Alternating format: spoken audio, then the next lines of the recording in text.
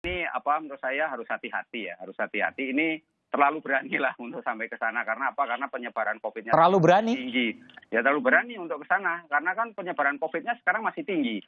Kalau misalnya kemudian kita belum mempersiapkan secara matang, artinya secara detail, misalnya di mal ini aturan-aturannya secara jelas, secara rinci, misalnya itu kan nanti malah menimbulkan kerumunan kan di situ. Iya. Orang akan mengantri, misalnya untuk bayar saja harus mengantri. Oke, kalau saya balik seperti ini Pak Trubus, kalau seandainya dibuka dengan protokol ketat dan dengan penjagaan yang mumpuni, mungkinkah itu? Tapi persoalannya kan ada di tataran itu kesadaran masyarakat kan. Jadi siapa yang mengawasi kesadaran masyarakatnya bagaimana? Ini kan perlu sosialisasi, perlu komunikasi, dan perlu edukasi secara terus-menerus. Tapi kalau misalnya tiba-tiba dibuka, kemudian tanpa sosialisasi yang terus-menerus dan mendalam komprehensif, saya rasa akan sulit, Mas. Jadi jadinya malah nanti kontraproduktif dengan yang kita perjuangkan selama ini adalah memutus mata rantai COVID. Dan saudara, saya melepas masker saya, tapi saya tetap menjaga jarak physical distancing dengan Pak Menko. Ini sekitar hampir 2 meter, Pak ya? Ya. Mudah-mudahan ini menjadi protokol yang selalu kita jaga. Ya. Juga kepada seluruh warga Indonesia. Ya. Meskipun, koreksi kalau saya salah Pak, sudah dilonggarkan sedikit. Tapi sebetulnya kemudian, bukan dilonggarkan, Pak. Ya, baik. Tapi kemudian tetap harus ketat menjaga kesehatan dan protokol. Bagaimana Pak? Silakan. Ya, jadi pertama ini yang didorong oleh Bapak Presiden adalah masyarakat produktif dan aman COVID. Ini adalah bagaimana kita yang pertama memutus mata rantai COVID, yang kedua produktif agar kita juga memutus mata rantai daripada meningkatnya angka PHK. Sehingga dengan demikian kita berharap bahwa kegiatan sosial ekonomi masyarakat bisa terdorong. Tetapi protokolnya menggunakan protokol baru, di mana protokol tersebut bahasa sederhananya pakai masker dan jaga jarak. Oke. Protokol tetap ada sampai vaksin ditemukan. Oke. Jadi Pak Menko, bahwa kita melakukan seperti ini mungkin akan panjang ke depan. Akan panjang. Bersiap-siap untuk panjang. Itulah yang kemudian disampaikan oleh new normal. Iya. Saya percaya bahwa new normal yang kemudian kita kenal pada saat ini, salah satu yang paling utama melakukan riset, melakukan persiapan adalah Kementerian Koordinator Perekonomian. Betul ya Pak? Penugasan Bapak Presiden ke berbagai kementerian dan tentu kementerian kami karena mengkoordinasikan berbagai KL dan juga berkoordinasi dengan Kementerian Kesehatan, dengan BNPB dan pemerintah daerah terkait dengan kegiatan sosial ekonomi, tentu kami menyiapkan data awal ataupun skenario ke Bapak Presiden. Saya ingin masuk ke situ Pak, kenapa saya tanyakan ini? Kita ingat betul pada awal Mei bahwa ada fase-fase yang beredar di masyarakat, dan itu disebutkan dari Kementerian Perekonomian. Misalnya fase 1, 1 Juni, industri dan jasa dapat beroperasi dengan protokol kesehatan. Fase 2, 8 Juni, toko pasar mal diperbolehkan dibuka, namun dengan protokol kesehatan. Fase 3, 15 Juni, sepekan kemudian, mal tetap seperti fase 2, namun ada evaluasi pembukaan salon, spa, dan lain sebagainya. Fase 4, 6 Juli, pembukaan kegiatan ekonomi dengan tambahan evaluasi.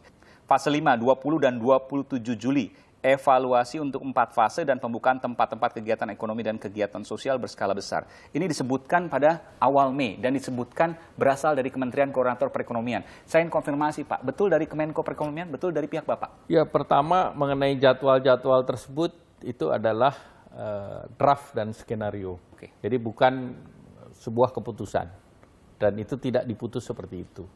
Jadi kedua, dibuat juga protokol bagaimana daerah itu dibuka dan ditutup. Itu seluruhnya itu dikoordinasikan dengan BNPB, Satgas COVID. Nah, sesudah mendapatkan protokol per sektor, nah ini dikomunikasikan dengan pemerintah daerah. Jadi yang menentukan nanti kapan dibuka, kapan dibuat kegiatan yang masyarakat produktif aman tetap COVID, pemerintah daerah. Itu basisnya adalah data. Oke. Nah, data itu single dari BNPB. Sehingga dari situ datanya juga diproses juga di Bappenas. Dan kemudian tentu data itu disinkronkan dengan hal lain. Kemudian yang berikut adalah kesiapan sektor di wilayah masing-masing. Nah, sesudah kesiapan sektor adalah kedisiplinan masyarakat. Sehingga tentu yang dibuka dan tidak itu tergantung dalam faktor itu semua. Sehingga dan terkait dengan angka grafik apakah ada secondary wave atau enggak tetap dimonitor. Jadi ini sifatnya dinamis. Dan kepala daerah tentu bertanggung jawab terhadap keseluruhan dari wilayah masing-masing. Tapi tidakkah kemudian fase-fase yang kemudian kita dengar pada awal Mei ini cukup mengejutkan pada waktu itu, meskipun tadi Bapak katakan itu bukan sebagai sebuah keputusan, tapi berupa kajian, Pak ya? Ya. Tidakkah kemudian itu terlalu optimistis? Tidakkah kemudian itu mendahului takdir? Enggak. Pertama tentu kita ini ada lagging dengan negara lain. Seperti kita ketahui, kita dibandingkan negara lain, kita di Januari, Februari, perekonomian kita masih relatif lebih baik dari negara-negara lain. Nah, tentu kita belajar dari negara lain yang sudah mendahului kita, yang sudah terlebih dahulu, seperti Korea, China, Italia. Sehingga tentu kita melihat tren data-data kesehatan, dan kita bandingkan dengan tren data-data kesehatan negara lain. Sehingga pada saat berbagai studi sudah mengatakan kita ada peak di Mei, tetapi peak di Mei itu sebetulnya jumlahnya relatif berbeda dengan perkiraan di awal. Sehingga dengan demikian... Lebih tinggi atau lebih rendah, Pak? Jauh lebih rendah. Jauh lebih rendah, perkiraan di awal lebih tinggi? Perkiraan di awal lebih tinggi. Oke. Sehingga dengan demikian bisa dilihat tren ke depan, apalagi tingkat pelayanan kesehatan maupun peralatan itu sudah mulai lebih banyak. Tetapi di samping itu jumlah orang yang terkena PHK atau dirumahkan meningkat secara tinggi sekali. Sehingga tentu ini yang harus diantisipasi dengan policy-policy yang dimintakan oleh Bapak Presiden. Kita tahu bahwa data sebelumnya 21 tahun tingkat kemiskinan Indonesia yang paling rendah adalah tahun 2019 lalu, Pak. Ya. Hampir 25 juta penduduk miskin. Lalu tingkat pengangguran juga turun 7 juta, hampir 7 juta, 6,8 juta sekian. Tapi sekarang keduanya bisa naik hingga 5 juta, baik PHK maupun tingkat kemiskinan, jumlah warga miskin. Jadi jumlah warga miskin mungkin bisa menyentuh angka 30 juta, mungkin juga lebih. Atau mungkin juga nanti PHK, kita tidak mengharapkan bisa sampai belasan juta. Ini betul, Pak, tantangan yang kita akan hadapi di depan? Jadi tentu ada beberapa hal yang mempengaruhi itu. Satu dari COVID itu sendiri, sehingga yang mereka nirpur itu turun. Menjadi yang perlu kita support. Makanya pemerintah membuat program social safety net, jaring pengaman sosial, yang mencakup hampir 103 juta penduduk. Sehingga tentu ini diharapkan mendorong dari segi demand side. Karena pandemi COVID itu yang disentuh adalah human capital. Berbeda dengan krisis-krisis sebelumnya yang masuk di financial sector. Seperti di 98 itu kan financial sector yang kena, UMKM tidak kena karena UMKM masih, dan ini hanya epicentrumnya di beberapa negara Asia. Bedanya dengan 2020, Pak, saat ini? Nah, 2020 epicenternya di 215 negara. Luar biasa. Sehingga yang kena pertama itu yang UMKM. Karena dengan kegiatan yang tidak ada yang dibuka atau kegiatan pembatasan, nah sehingga pekerja harian, pekerja pabrik, dan sebagian besar sektor turisme, restoran dan jasa terkaitnya terkena. Hampir seluruh sektor itu terpotong 50% yang paling berat dan yang terendah 20%. Sektor yang masih baik itu hanya sektor pangan, makanan, kesehatan, healthcare, plus kelapa sawit, minyak nabati.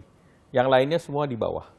Oleh karena itu, kalau melihat itu, maka tentunya restart engine ekonomi ini diperlukan agar kita bisa menahan jumlah yang terkena PHK atau jumlah yang dari nirpur menjadi pur. Nah, itu yang harus diganjal. Bapak mengatakan, Pak Menko mengatakan bahwa krisis tahun 98, krisis tahun ada 2005 juga, dan 2008, itu masih jauh lebih ringan ketimbang krisis yang kita alami saat ini. Iya, tetapi ada satu yang kita masih punya tenaga, yaitu di sektor perbankan.